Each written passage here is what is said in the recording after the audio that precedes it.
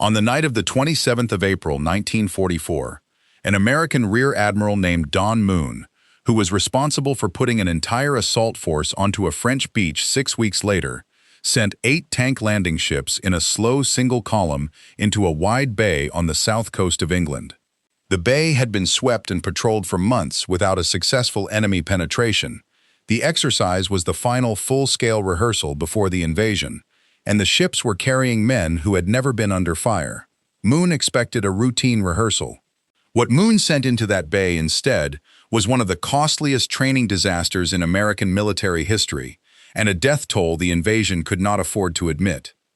9 German fast attack boats had come out of a French port that evening looking for coastal traffic. They found a column of flat-bottomed ships moving at less than 8 knots, unable to maneuver, escorted by a single corvette. A second escort had been damaged in a collision the day before and sent back to port, and nobody had told the convoy it was gone. The escort that remained was operating on one radio frequency and the American ships on another, so a warning issued from the shore reached the corvette and did not reach the men it concerned. The attack boats came in fast, fired, and left. 2 tank landing ships were sunk, and a third was set on fire. Most of the men who died did not die from the torpedoes. They died in the water. The ships carried lifebelts of a kind that had to be worn under the armpits, and the troops, loaded down with packs, had buckled them around their waists because that was more comfortable, and nobody had corrected them. In the water, the belt rode up. The weight of the pack rotated the body forward, and men floated face down while still conscious. The water in that bay in April sits in the low 40s. Survivors described a sound across the surface that went on for a long time and then thinned out. 749 American servicemen were killed in a rehearsal, more than would die taking the beach the exercise was rehearsing. What happened next was not a cover-up in the conspiratorial sense. It was an operational necessity that behaved exactly like one. 10 officers aboard the convoy held clearance for the invasion plan, including the landing sites and the timetable, and until every one of those bodies was accounted for, the entire operation was potentially compromised. Divers went down. All 10 were recovered. Survivors were ordered not to discuss what they had seen, under threat of court-martial, and most of them held to that for decades. The casualties were folded quietly into the figures released after the landings. The counter-argument deserves stating. Nothing was buried permanently. The numbers were published within months of the invasion, and the wartime silence was a matter of weeks rather than a permanent erasure. What did not happen was the other thing, which is that the disaster never entered the story the way the beach did. And for 40 years, the men who survived it carried an event nobody had ever asked them about. What makes the exercise particularly disturbing is not the failure. It is how ordinary each component of it was. A collision, a radio frequency, a lifebelt worn 1 notch too low. Not one of those is a scandal on its own, and the disaster required all of them together, which is what disasters are usually made of. Moon took his own life aboard his flagship 3 months later, after the landings he had helped deliver. The bay is a holiday coast now, with a sandy beach and a car park. A tank recovered from the seabed sits at the top of it as a memorial, put there in the 1980s by a local man who had spent years asking why there was nothing to mark the place, and the answer he kept receiving was that there was nothing much to mark. Number 2. The staircase with no handrail. In April of 1943, the British Home Secretary Herbert Morrison, whose name was already stamped on the steel shelters standing in 500,000 kitchens, read the report into what had happened on a staircase in East London and ordered it sealed. The staircase was 19 steps deep. It had no handrail down the center, no white paint on the treads, and 1 shielded bulb above it. And the Borough Council had applied 3 times for money to fix all 3 of those things and had been refused 3 times. Morrison expected the crowd to be blamed. What Morrison sealed instead was one of the most damning municipal documents of the war, and a civilian death toll produced without a single bomb falling. The night in question was the 3rd of March. An alert sounded shortly after 8 in the evening, and people began moving toward the unfinished underground station that served as the district's main shelter, a routine so familiar by that point in the war that it barely registered as an emergency. A few minutes later, a new anti-aircraft battery in the park nearby fired for the first time. The rockets it used made a sound nobody in the neighborhood had ever heard, a heavy tearing salvo rather than the familiar thud of the guns, and the people still on the street took it for a new German weapon falling on them. The crowd at the entrance surged. Near the bottom of the stairs, a woman carrying a child lost her footing. The person behind her went down, and then the flight was blocked by bodies while several hundred people continued to press in from the street above, unable to see what had happened and unable to hear anything over the guns. It took a matter of seconds to become unsurvivable. 173 people died in that stairwell, and only a handful of injuries came from the fall itself. Almost all of them suffocated upright, held in place by the weight of the people around them, in a space roughly the size of a modest living room. 84 were women, 62 were children. No bomb fell on the borough that night, and no German aircraft crossed the coast in that raid at all. A magistrate was appointed to investigate and produced a careful, unsparing document. It identified the lighting, the missing handrail, the absent crush barriers, and the refusal of funds, and it declined to blame the crowd. Morrison suppressed it, and the official line given at the time attributed the disaster vaguely to panic in a shelter, without naming the borough. His reasoning was stated internally and was not unreasonable on its own terms. A published account of 173 civilians dying in a shelter with no enemy aircraft overhead was a gift to enemy broadcasting and a threat to confidence in the shelter system that the entire civil defense strategy depended on. The report stayed sealed until 1945. What makes the stairwell particularly unsettling is the shape of the failure. This was not a weapon, and it was not an atrocity. It was a design problem in a set of concrete steps, identified in advance, costed, submitted, and rejected as an unnecessary expense in a borough that was already considered adequately provided for. The rockets were fired by the defenders. The crowd was doing exactly what it had been instructed to do. Everybody involved followed the procedure, and the procedure killed them. The station is a working underground stop now with commuters going down the same flight every morning. A memorial stands above it, funded by public subscription and completed in 2017, 74 years after the fact. Number 3. The pier on the estuary. In the summer of 1944, the commanding officer of a naval ammunition depot on a California River estuary, a captain named Nelson Goss, whose command was measured almost entirely on tonnage moved per shift, raced 2 divisions of untrained loading crews against each other at a single pier with 2 ships tied up at it. The men doing the loading had received no instruction in handling munitions. They had been told by their own officers that the bombs were not live until fused, and every shift for 2 years had ended without incident, which is the track record that makes any dangerous routine feel safe.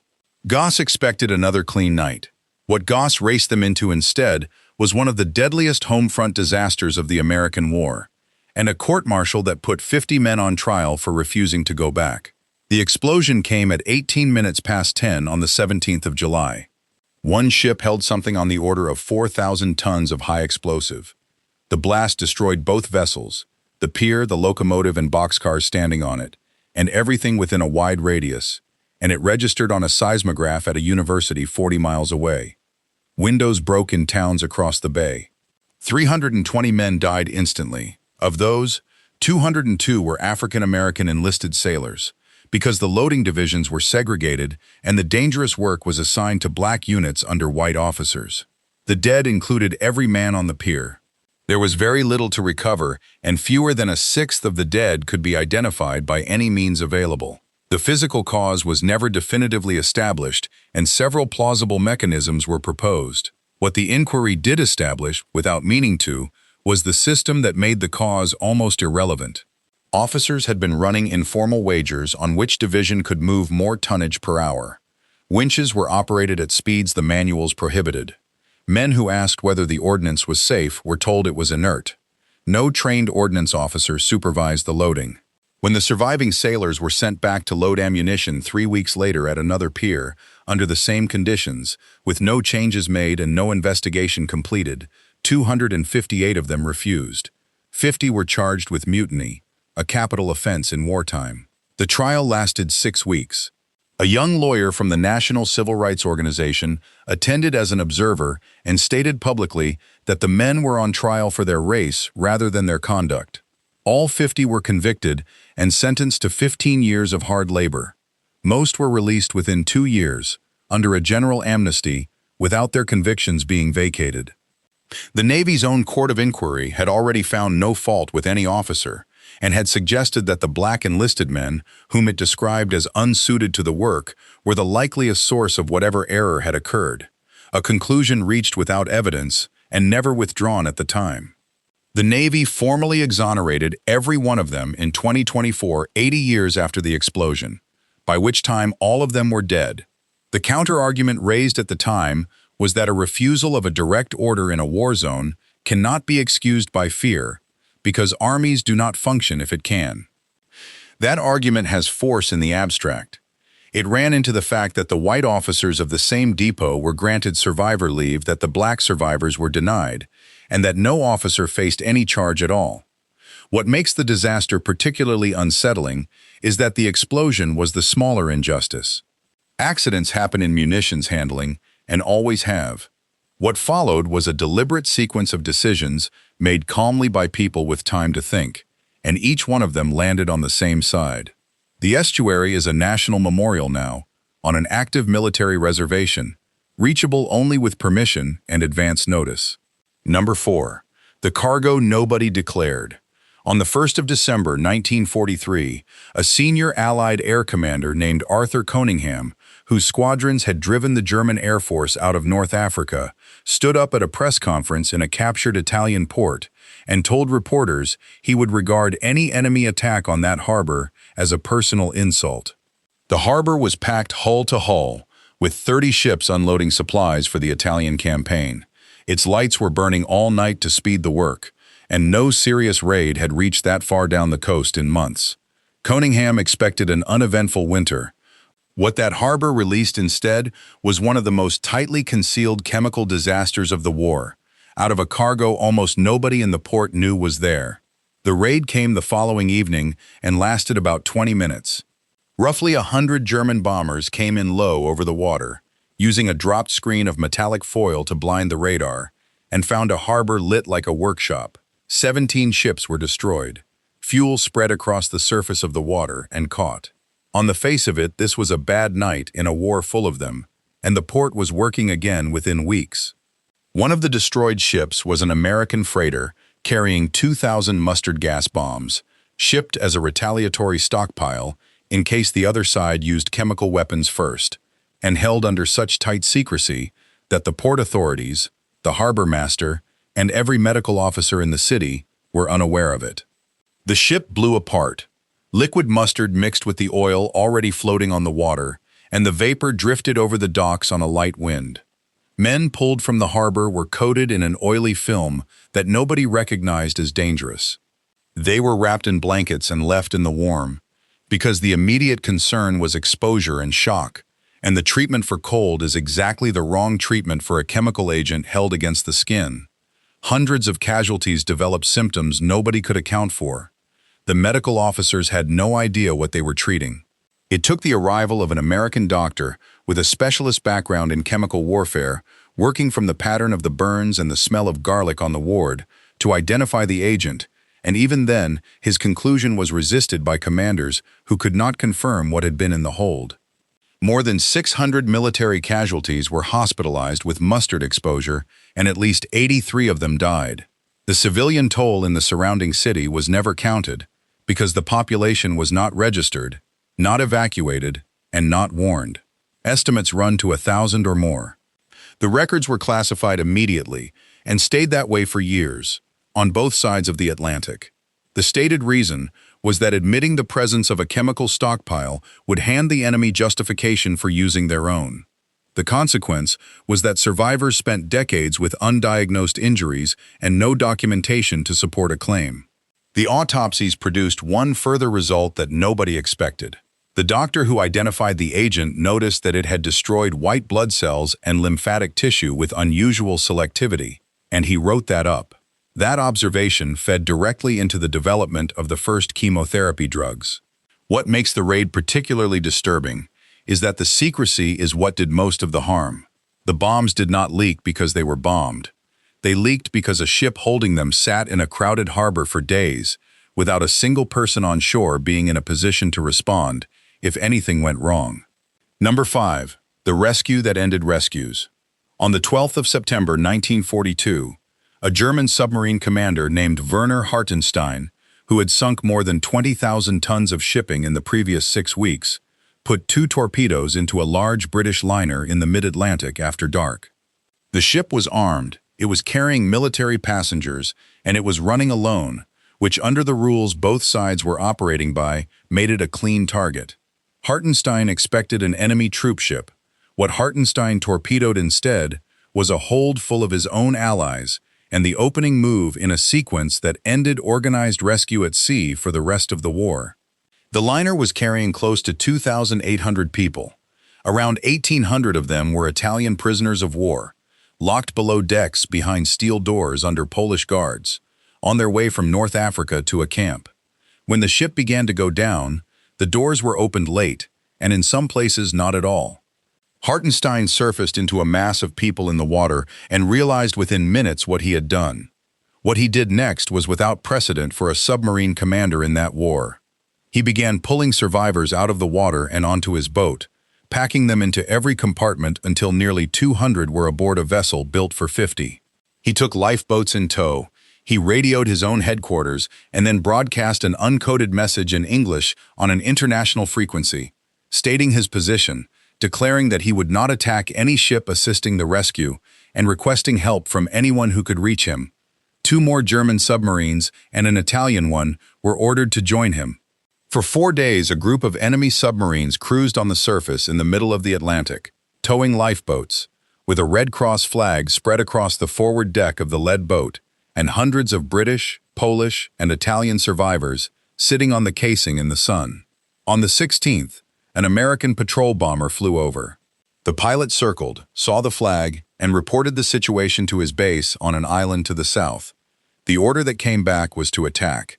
The aircraft made several passes, dropping bombs and depth charges, killing survivors in the towed lifeboats and forcing the submarine to cut them loose, put its passengers back into the water, and dive to save itself. The boat survived.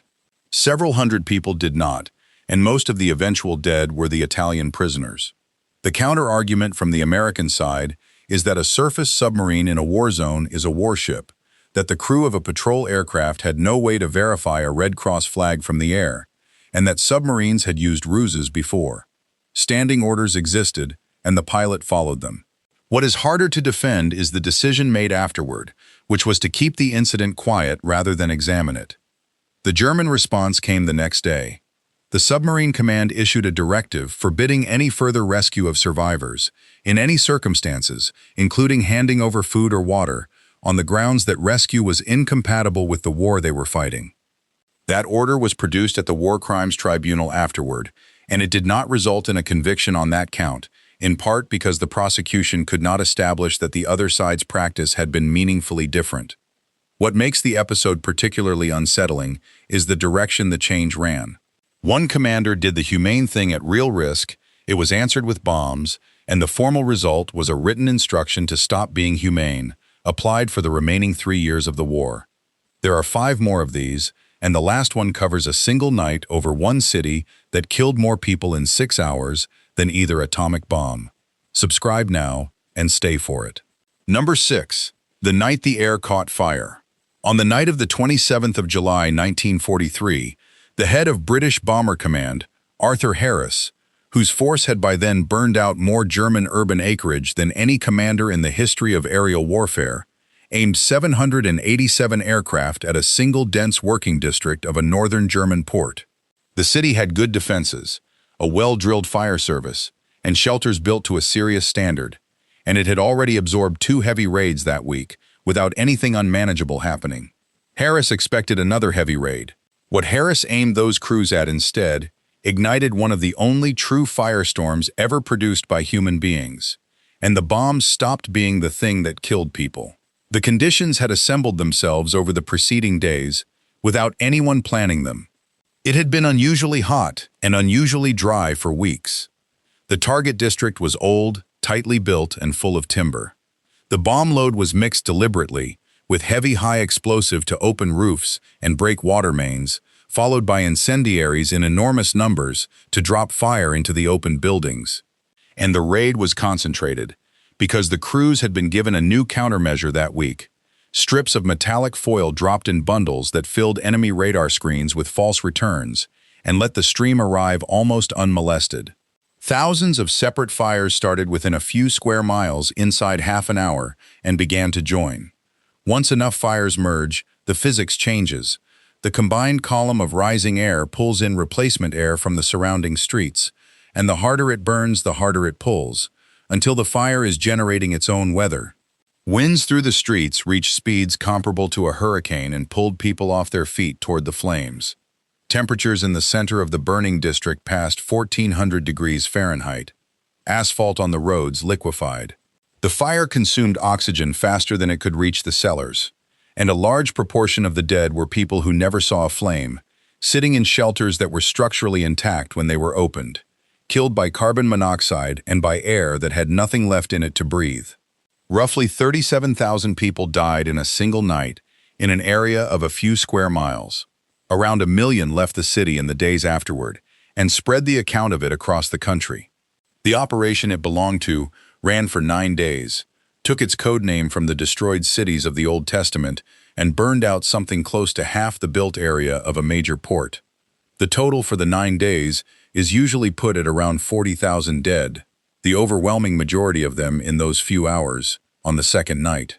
Senior figures in the German war administration recorded privately that a handful of further attacks on that scale would end the war, and it did not end, partly because the exact combination of heat, drought, density, and concentration proved very difficult to reproduce deliberately. The debate over the campaign has run for 80 years and shows no sign of resolving. One side holds that area bombing was aimed at the industrial workforce and its housing, that it consumed enormous German resources in air defense, and that the alternative was a longer war. The other holds that it killed hundreds of thousands of civilians without breaking morale, that precision was available and not pursued, and that the strategic return never justified it. Both positions are held by serious historians. What makes the night particularly disturbing is not the intent, which is arguable in either direction. It is that nobody involved knew what they were building. The mechanism that killed most of the dead was not in the plan, was not understood beforehand, and was discovered by the people underneath it. Number 7. The ships in Lübeck Bay. In late April of 1945, with the war already lost and Soviet forces closing from the east, the commandant of a concentration camp outside Hamburg, a man named Max Pauli, marched roughly 10,000 surviving prisoners to the Baltic coast and loaded them into the holds of 3 ships anchored offshore. There was no destination, no supply plan, and no medical provision. The prisoners had already walked the distance to the coast in poor condition, and every previous evacuation ordered by that administration had ended with the population of a camp reduced by a large fraction. Pauli expected the evidence to disappear. What Pauli loaded them into instead became one of the cruelest coincidences of the entire war, opened 4 days later by the people who had come to free them. The ships were not prison ships. The largest was a former luxury liner with its engines disabled, sitting at anchor with a cargo it had no facility to hold. Prisoners were packed into holds and cargo spaces with almost no water, no sanitation, and very little air. Hundreds died at anchor in the first days. Prisoners were lowered through hatches into spaces built for cargo, stacked in tiers, with buckets for sanitation and a ration of water that frequently did not arrive at all. Men who died were left where they lay, because there was no room to move them and no way to bring them up on deck. Boats moving between the vessels and the shore were fired on. The most credible reading of the intention, based on evidence given afterward, is that the ships were to be scuttled or set on fire with everyone aboard, though the order itself was never produced and the responsible officials gave conflicting accounts. On the 3rd of May, British ground forces entered the port. On the same afternoon, ground attack aircraft of the same army swept the bay under orders to destroy German shipping, on the assumption that senior figures were escaping by sea to Norway. The pilots attacked the anchored vessels with rockets and cannon fire. The liner burned and rolled over. A second ship sank in about 20 minutes. Prisoners who reached the water were in striped uniforms visible from the air, and some were fired on in the water by German units on the shore, and some by aircraft that took them for the crews of the ships. Around 7,000 people died within sight of land, on the day the town behind them surrendered, days before the general capitulation. The intelligence failure at the center of it has been examined repeatedly. A Swedish Red Cross representative had passed word that the ships were carrying camp prisoners, and that information reached British headquarters. It did not reach the squadrons in time. There is no serious argument that the pilots knew. There is a real argument about why an army in possession of that information did not stop an air operation over a bay it had already surrounded, and the inquiry into it was closed with its findings restricted for decades. What makes the bay particularly unsettling is the arithmetic of the timing. These were people who had survived years of a camp system designed to kill them, who had survived a forced march, who had survived days in a hold without water, and who were killed in the last hours by the arrival of their own rescue. Around 350 people came off the 3 ships alive. Pauly was tried by a British military court the following year, convicted and executed, and the officials who had ordered the embarkation gave evidence against one another and produced no document between them. Bodies washed ashore along that coast for years afterward, and were still being recovered into the 1970s. The beach is a quiet resort now. Number 8. The winter with no food. In September of 1944, the German administrator of the occupied Netherlands, a lawyer named Arthur Seyss-Inquart, who governed 9 million people through a civilian bureaucracy rather than a garrison, cut the food barges off from the western cities in reprisal for a national railway strike. The country he was punishing had one of the best-fed populations in Europe and a distribution system that ran on water rather than road. The strike had been called to assist an Allied airborne operation that then failed, and previous reprisals under that administration had lasted weeks and been lifted. Seyss-Inquart expected a short punishment. What that order severed instead was the food supply of 4 million people through the coldest winter in years, and it left a mark that is still measurable in the bodies of people born long afterward. The embargo was partially lifted in November, and by then it did not matter. The canals had frozen. What barge traffic was permitted could not move. The coal had stopped as well, and the cities of the West were cut off from the farms of the North and East at the exact moment they had nothing stored. The official ration fell through the winter, from something survivable to around 600 calories a day, and in the worst weeks in the worst cities, to about 400. That is not a reduced diet. That is a slow instruction to the body to consume itself. People ate sugar beets, which are edible. Then they ate tulip bulbs, which are not really, and which had to be cored to remove the toxic center, and were distributed with printed instructions on how to prepare them. Households burned furniture, floorboards, and the wooden blocks from tram tracks. Tens of thousands of city dwellers walked into the countryside, pushing prams and bicycles without tires, to trade linen and silver for potatoes, and walked back, and some of them did not. The trade was illegal, and the prices moved fast. Farmers taking silver cutlery for a sack of potatoes in December were being offered wedding rings by February. Somewhere around 20,000 people died of starvation and its complications in a modern European country with an intact civil administration, functioning hospitals, and accurate records. The records are why this entry belongs on the list, and they are the reason the disaster did not end when the food arrived. Because the Dutch health system kept working through the famine, the exposure of every pregnancy in those cities is documented with unusual precision. Decades later, researchers followed up the people who had been in the womb during those months. Those exposed in early pregnancy had measurably higher rates of obesity, cardiovascular disease, and metabolic disorder as adults, along with differences in body size that ran opposite to what a simple malnutrition model would predict. Later work identified chemical changes on specific genes involved in growth, still present in blood samples taken 6 decades after the exposure ended. The counterargument is that a cohort study cannot fully separate famine from the war around it, that the effect sizes are modest, and that evidence for transmission into a third generation is thin and disputed.